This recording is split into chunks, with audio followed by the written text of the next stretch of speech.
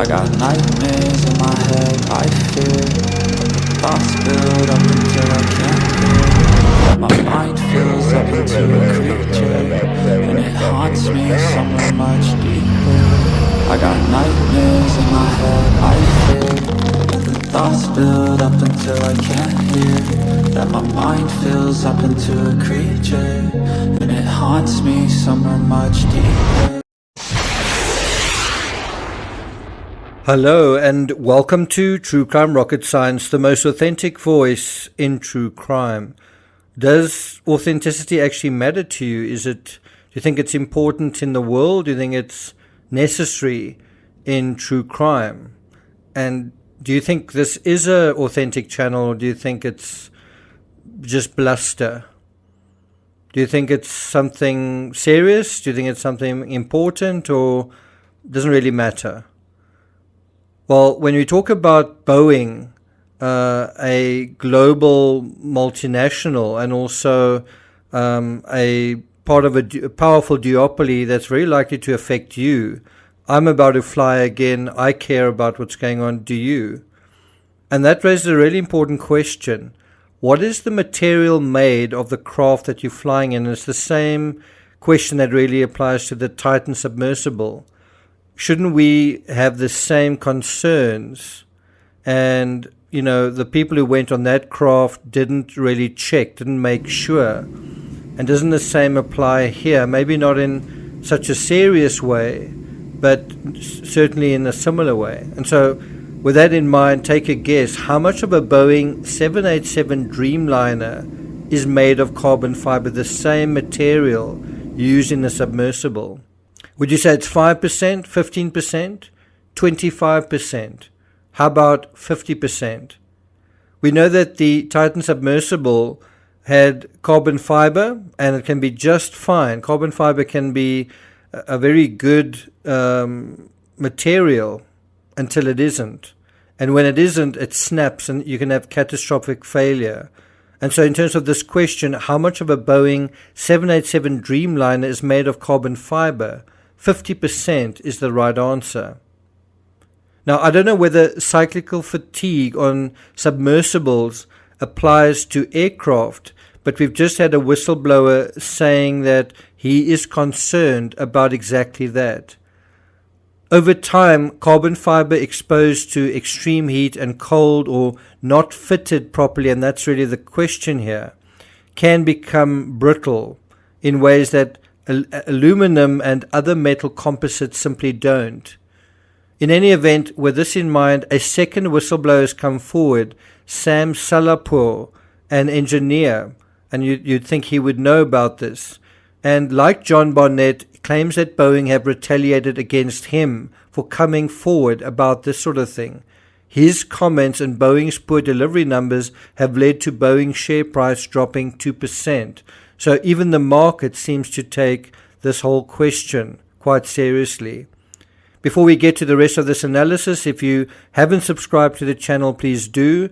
If you're listening to this for the first time and you find it useful, worthwhile, please like, share, leave a comment. You can also hit the thanks button, and let's get started. So according to an article from CNN, quote, Salapur said that Boeing retaliated against him after he raised another concern about the 787 and a different plane model. Now, as far as I remember, John Barnett also worked on the 787, also had gripes, also had concerns.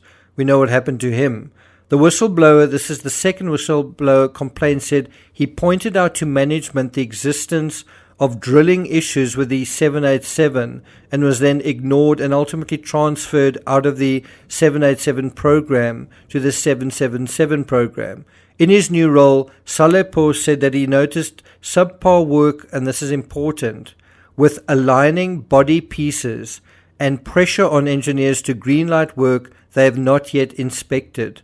And this is so alarming what he says here. He says, I literally saw people jumping on the pieces of the plane to get them to align.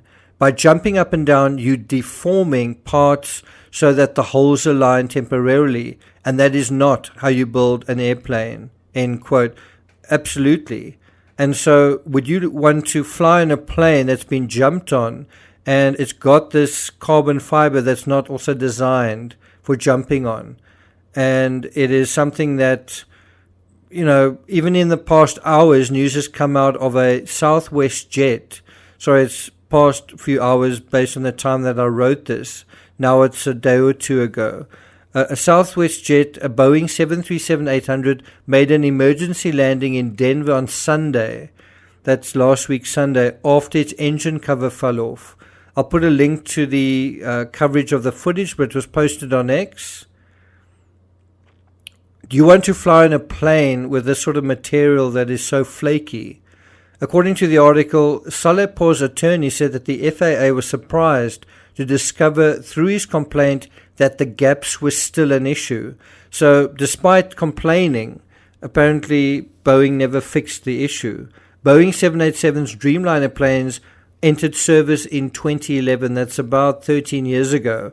And they're supposed to have 50-year lifespans, about 44,000 flights each. That's according to the company. And I guess we're going to find out whether that's true or not.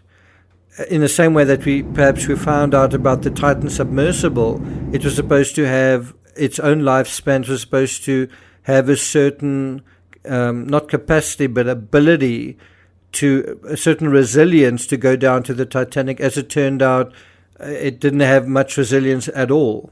According to the article, Salepor's complaint alleges crews assembling the plane failed to properly fill tiny gaps when joining separately manufactured parts of the fuselage. That puts more wear on the plane, shortening its lifespan and risking catastrophic failure. Ever heard those words before? If there's anyone here listening from the Titan submersible coverage, it's exactly the same narrative, isn't it? And this was the dilemma the Titan submersible faced in, wear and tear, cyclical failure. It doesn't fail in a single instance. It wears down and then it breaks in a catastrophic failure. And carbon fiber is kind of susceptible to that. Whistleblower Sam Salapore, a Boeing engineer, alleges that Boeing took shortcuts when manufacturing its 787 Dreamliner jets and 777 jets. Now we've heard from different people, and we've had problems now with the 787 and the MAX, which are totally different aircraft. And this seems to be a systemic problem at Boeing. It literally says the words, these risks could become catastrophic as the airplane age. That's exactly what the deal was with the Titan submersible. And so I think it's important that we care about this and we deal with this before it deals with us. The New York Times was the first to report the whistleblower complaint.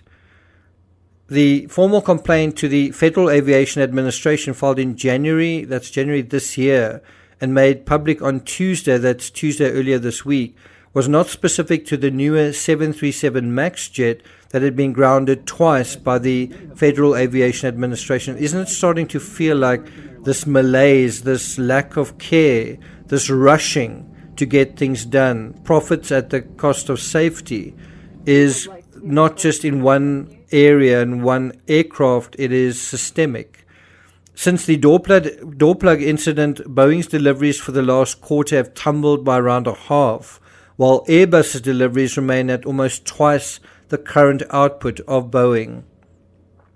And that's really what Boeing is trying to do, chase Airbus at all costs. But who's going to pay the price? Us or them? In that whole process of catching up. Boeing has been in turmoil since that door panel blew off. And we're almost constantly hearing about incidents now, almost every single day. The latest news just from hours ago, Boeing spent $500,000 more than it previously disclosed on personal private jet trips for top executives. It certainly does feel like greed is a problem, doesn't it? So what do you think? Is it about time that we pay serious attention to this, or should we wait until the next incident? Thank you for listening, and I'll see you guys next time.